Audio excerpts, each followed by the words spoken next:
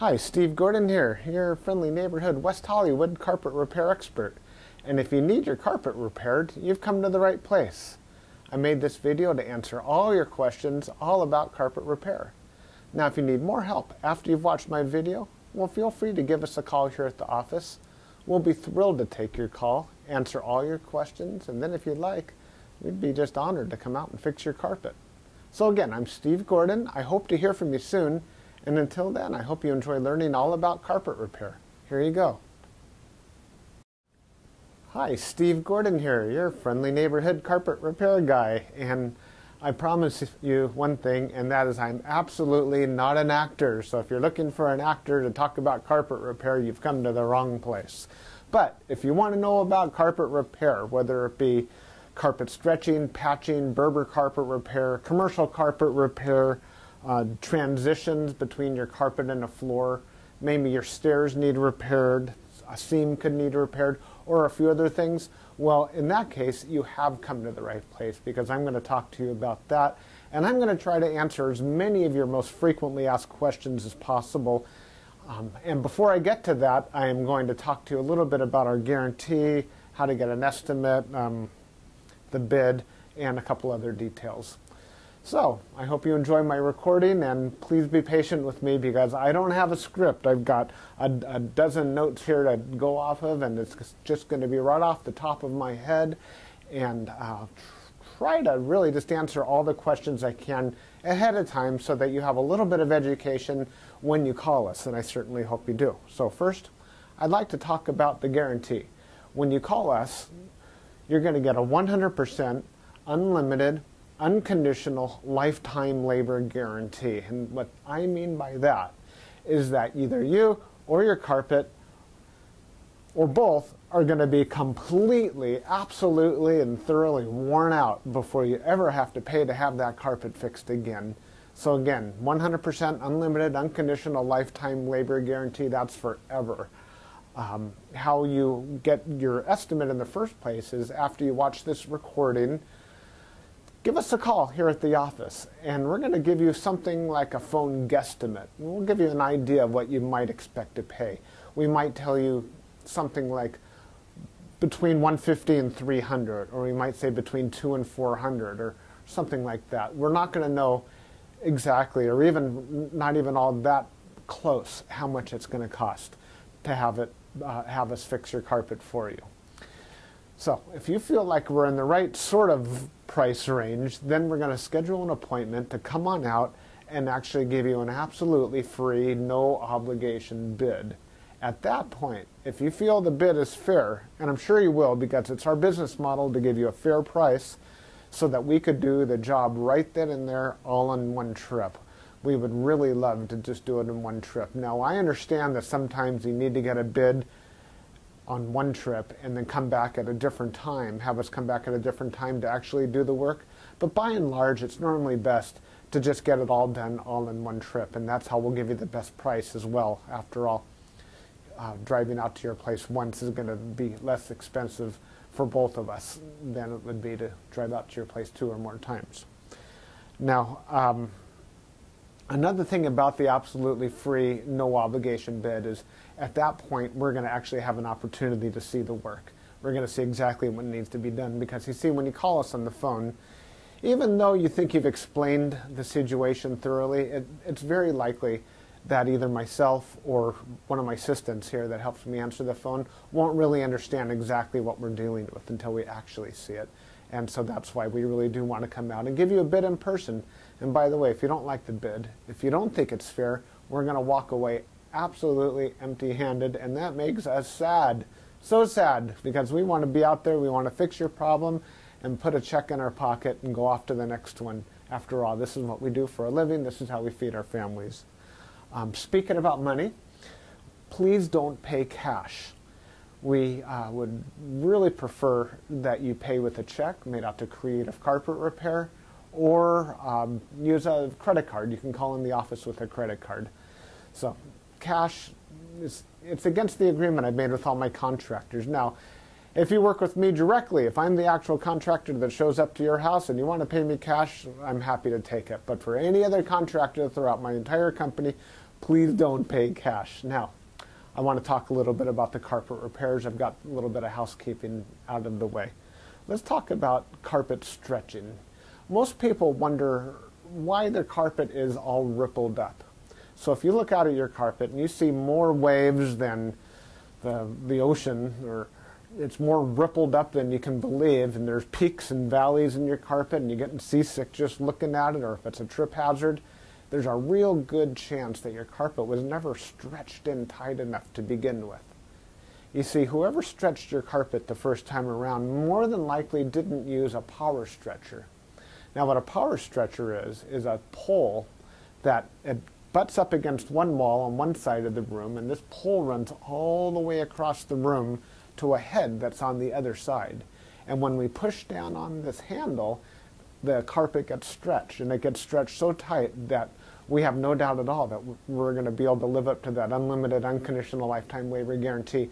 That carpet will never ripple up again. You have my absolute word of honor on that. And if I'm wrong, we'll do it again for no charge at all. When we stretch carpet in a room, it's always best to have the room completely empty. We can empty the furniture out of the room for you if that's what you need, but more often than not, the customer will want to get as much as possible out of the way. Now, don't strain yourself. Don't go moving a giant king-size bed or a dresser that weighs, more than 10 elephants. That's not cool. We have special tools. We have these sliders that we can put underneath the legs of the furniture.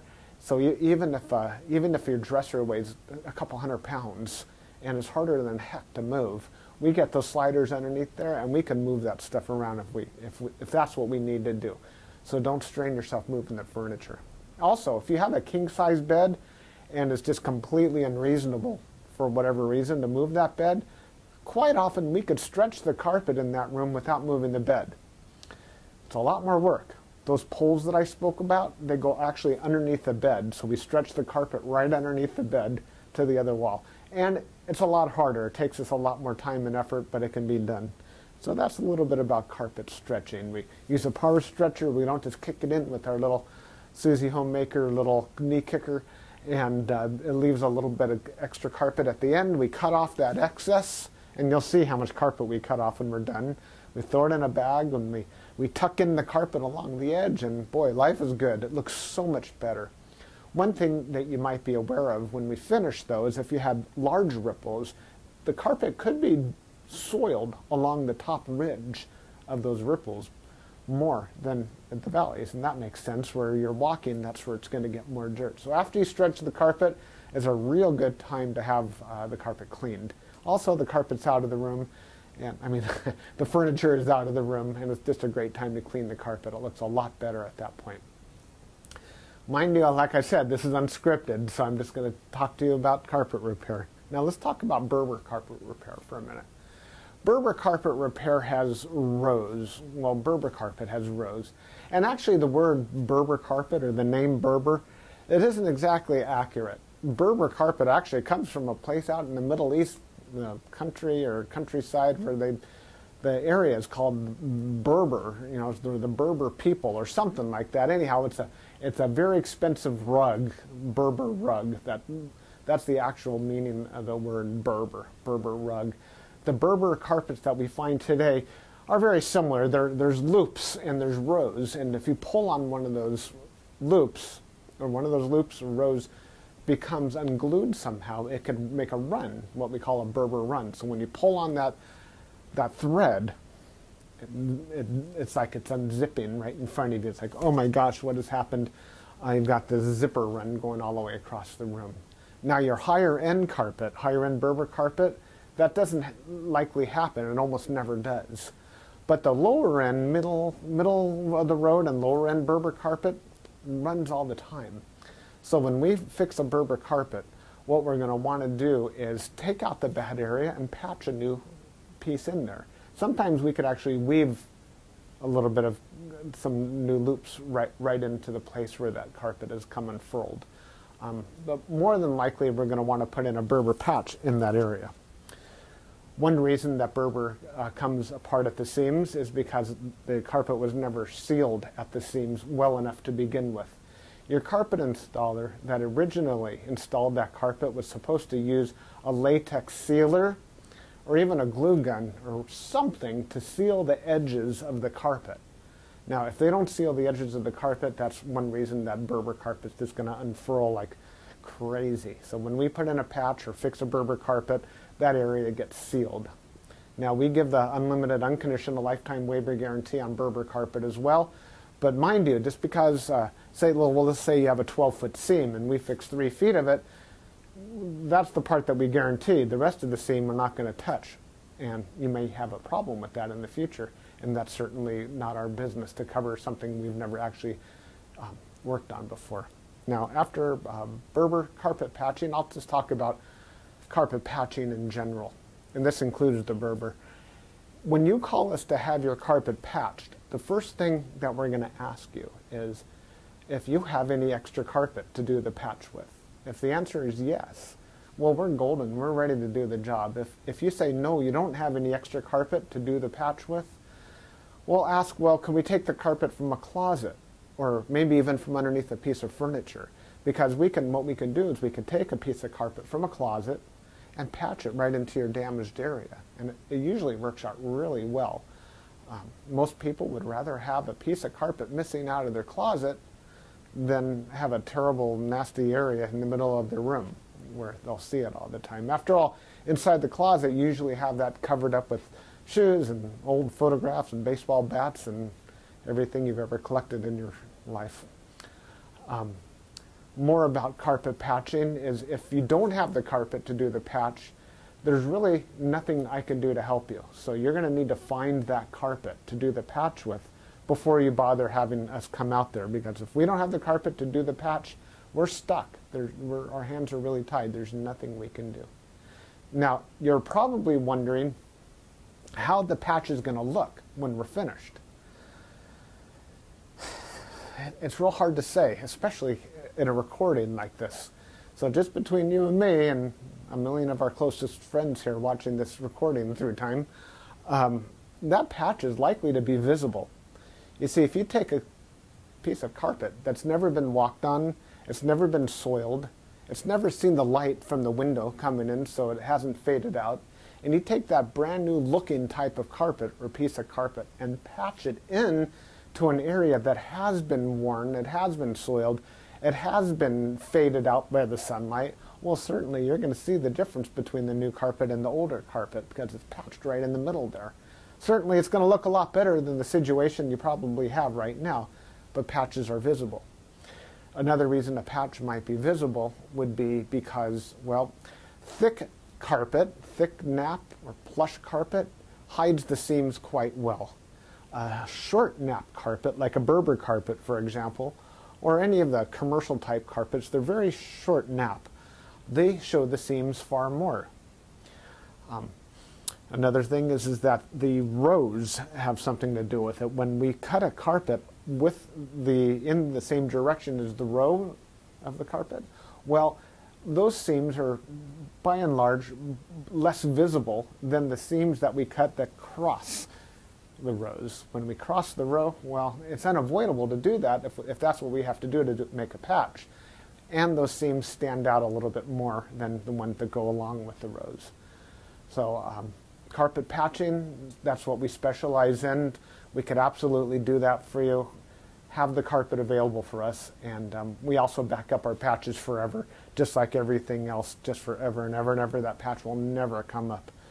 After patching, well, we could talk a little bit about pet damage also when we talk about patching. If you have an animal, a dog or a cat, or I've even seen it's been a bunny or a few other animals that have actually gotten locked behind a closed door. What'll happen is they'll get that separation anxiety and they'll try to dig their way out and they'll just rip the heck out of the carpet. That's one of the main reasons we'll do carpet patching. If that's the case, well, certainly it's just like any other patch. You supply the carpet, we'll put it in. However, if that animal didn't tear up the carpet, if they actually urinated on the carpet, there's a whole other thing we can do about that, and I'm going to need your help for that. What we'll do is we're going to ask you to go to the pet store or go online and buy twice as much of a product as you think you're going to need, maybe 4 times as much, to actually kill the odor. Now, the product I'm talking about is actually an enzyme, and what we'll do is we'll pull back the carpet, we'll remove the padding, clean the floor, and you'll pour this enzyme onto the floors underneath it all. And that enzyme will eat up all the proteins that contribute to the smell of the urine in your carpet. Then we'll put in new padding, and you'll pour that enzyme cleaner all over the backing of the carpet as well at that time. I'll reinstall the carpet, and then one more time we'll use that cleaner, and we'll just soak that area of the carpet with that enzyme one more time. And that's likely to kill the scent altogether. That smell should be completely gone. If not, it's probably because your animal found another place that you don't even know about, and I'm sorry about that. There's nothing we could do about your animal. Now that we've spoken about pet damage, I like to talk about carpet to floor transitions. A lot of people call us because they put in a new floor. Maybe it's a tile or a wood floor, and their carpet now needs to be finished along that edge. More often than not, we don't need to put in any kind of metal there. There's a lot of different types of situations where you do want a metal. If you have an apartment building and you want the carpet to last a long time between the carpet and, say, for example, a linoleum floor, we could put some metal there. There are flat metals. They're the type of metals that they're called, I've called them beat-down metals before. I'm not sure exactly what they're called. Beat-down metals, they're golden, they're silver, and the carpet goes right in there and it gets hammered down. Gives a nice clean edge, and it protects the edge of the carpet for a very long time. But if you're like most homeowners, that's not why you're calling us for a transition. You're calling for the transition because you just put in a nice marble or travertine floor, or maybe a wood floor. And so what we'll do with that is we're going to pull back the carpet and put in a new tack strip right up alongside that floor. Now that floor is going to be holding the place as if it were a wall. So here's your floor, here's your tack strip right in front of it. We're going to pull the carpet over that tack strip and tuck it in right there. So all you're going to see is a nice smooth transition between the carpet and the floor. Now, many times when you put in a new floor, it's important to put in some work into the subfloor underneath, and that might include using HardieBacker or some other type of material that raises the floor up even higher than it would have been. So let's just say, for example, you've got a 1/2 inch new tile and another 1/4 inch of underneath there of a HardieBacker, or it could even be more. It could be 3/4 of an inch altogether, or even more, that is higher than the carpet. That's extreme. It's usually not that high, but let's just say it is. If we just bring the carpet up and end it right there, well, you're going to stub your toe against that thing. You're going to be cursing to holy high heaven every time you do that. It's just not fun at all. Trust me, it's not. You'll understand if you ever do that. What we're going to want to do in that case is one of two different solutions. We're going to do one of two solutions. One is we can pull back the carpet quite far and use a product like a Fixall, which is a very fine cement type product. And we're going to feather in a nice ramped area, so we raise the level of the floor slowly up to meet it. What's great about that is the floor and the carpet will be at the same level, then you won't stub your toe. What's not so great about that is when you're walking up that little ramped area, well, you feel like you're walking uphill. There's really no way around that I know of outside of pulling out all your carpet and floating a whole new layer of concrete, self-leveling concrete on the entire concrete floor and underneath. That's a lot of work. It's possible that would be the perfect way to do it if I were working on a $10 million home in Beverly Hills. That's probably what I would be doing. I would be raising the entire floor to be level with, so the carpet could be level with the floor. But here in the real world, what we'll normally do is rise it up with some Fixall, or we could do it even easier. We could use shingles, cedar shingles.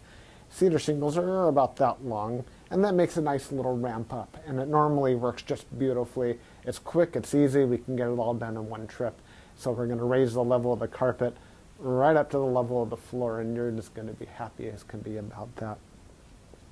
Some transitions are round, curved. Other transitions could be squared. We can do, there's 100 types of transitions out there. And if you look on the internet under carpet to floor transitions, you're going to see a lot of examples. Perhaps even on my website, you can see some other examples. And so when you call us, you can explain what you're dealing with, and that would help us with the program here.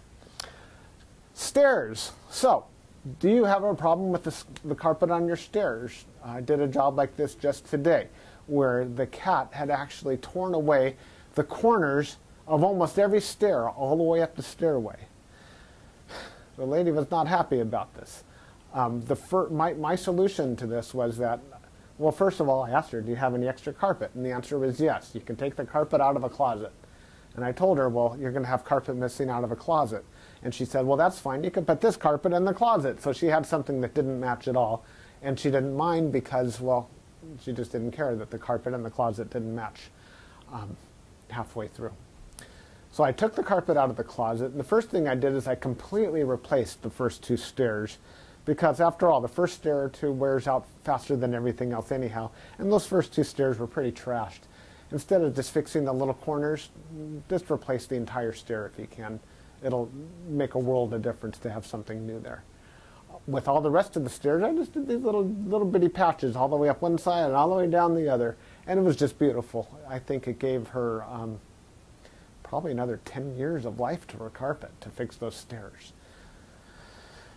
Another thing you could do with stairs, what some of my customers have done, and I love this idea, is replace the entire stairway by, well, let me back up a little bit. Let's just say you have a 3 or 4 bedroom house, and it's the same carpet throughout the entire house, and your stairway is pretty much in the middle of it all. And if you replace the carpet on your stairs, well, it's going to be a slightly different color than the rest of your carpet, and that's going to look low class, and we don't like that, do we? No, we don't. What I would suggest in that case is that we take the smallest room in the house, maybe a small bedroom or nursery, and pull the carpet out completely from the smallest room in the house and buy new carpet for that room. Then we have maybe a 12 by 12 piece of carpet, and we can replace the entire stairway with that carpet. That way it matches the entire rest of the house except for that one room. That'll easily save you $4,000, $5,000, $6,000, $7,000 right there. And it's a lot less work too. So I like that idea. You got a whole new stairway. A lot of people, you walk in the front door and there's the stairway right there. If the stairs look bad, it's hard to recover from that first impression. So take my word for it. That's a really great way of going. Now stairs. Commercial carpet repair. If you have commercial carpet and that needs to be repaired, it either has ripples and waves or it needs a patch. If it's rippled, it might need to be stretched. We've already talked about carpet stretching. On the other hand, it might have a different issue. It could be your commercial carpet was glued down to concrete to begin with. If that's the case, what we do is we actually take a knife and we just cut right down the middle of those ripples, cut right down those bubbles, and we will re-glue the carpet right underneath there and smush it all down, and believe it or not, those bubbles are going to be completely gone. They might be completely invisible when we're finished. You won't even see where we cut it, because where we cut it is exactly where we put it back together. The carpet will be nice and tacky before we push it back down. It's a great solution. But if the carpet needs to be stretched, well, we have to get the power stretcher out, and we'll fix it up that way. Now, if your carpet in your commercial building, say you have an office, is because, let's just say that you removed a wall between two rooms. If that's the case, you may have a strip of carpet that's missing. It's always a great idea to just get a completely different color. So if you have blue commercial carpet, go get a piece of red or black. Just something completely different, because a patch going all the way down through the middle of the room that's just a little bit off, it looks low class again. But if we put a strip of red down the room, or burgundy or black, people walk in and they go, oh yeah, these people have got some class. They got a decorative idea. So that's just my opinion. Use a completely different color if it's something goes all the way across the room. Now if it's just a patch, a small patch for whatever reason, and you have a little extra carpet, we can always patch it in with whatever you have. Seam repair. Good news and bad news. The good news about seam repair is that we can make your carpet so the seam doesn't keep getting worse. The bad news is that if it looks bad now, it's probably not going to ever look good again, regardless of what we do to it. Seams have to be done properly the first time. You see, when we seam a carpet together before it's installed, we'll use a straight edge and we'll cut down both sides of the carpet, and then we're going to seal the carpet on both edges, and then we're going to seam it together, and it'll be perfect. When it's completely cooled down, then we stretch it in. If we go back and try to open up the seam and cut that carpet off and try to bring it together, the chances of it ever looking better are right around 0. So I'm sorry to tell you that your seam repair, we can make it possibly look a little bit better. We can make it stop getting worse. We can make it not be a trip hazard any longer. But don't have your expectations too high when it comes to seam repair. The last thing I want to talk about is flood damage. Now, if you're watching this right now and you've got a flooded out carpet, you are in a world of hurt, and I'm sorry. The first thing I would do if I were you is probably have about 3 fingers of scotch. And then I would go ahead and get an extractor, like a hot water extractor. You can rent them at the just about any rental yard, and just start extracting all the water. Pull back the carpet, get rid of all the padding that's underneath your carpet. Rent a couple of blowers, or as many blowers as you need, and these things, they kind of look like a snail. As a matter of fact, that's their nickname in the field. We call them a snail. And they're shaped like that, and boy do they ever blow. And you can blow dry the whole underneath of your carpet. Set it up and get the carpet completely dry. At that stage, that's when you call us, and we can supply new padding, put a new pad, reinstall your carpet, clean the carpet for you if you're in an area that we do carpet cleaning, and life is good. You can put your furniture back and you'll be happy again. You don't have to do it yourself. If you want to call a company, even ours, depending on your area, can do that extraction for you as well. Now, if it's really flooded, I mean, seriously, like you're ankle deep in water, don't even bother. It's beyond almost everybody's ability. That means that your baseboards are all going to be all wet. A professional company will come in, remove your baseboards, and we don't do that ourselves. They'll remove your baseboards, they'll drill holes in the wall, attach blowers to your walls, and blow dry the entire area, inside the walls and out, the carpet, the floor, the whole shebang. And then we can come in and put the carpet back down at that point. So I hope that I've answered your questions. If you have any additional questions, now that you've heard me talk for the last I don't know how long, feel free to call me here at the office. I would be just tickled pink to hear from you. If I'm not here, one of my assistants, whoever answers the phone, will be well trained and will be able to answer any questions that you have about carpet repair. And then at that point, we'll be absolutely positively honored if you would have us just come on out to your place and fix your carpet for you. And that's all I have to say. Again, I'm Steve Gordon, and I promised I wasn't an actor, and by now you believe it. I'm a carpet repair guy, and I'll be looking forward to hearing from you, so please call me. Thanks. Bye-bye.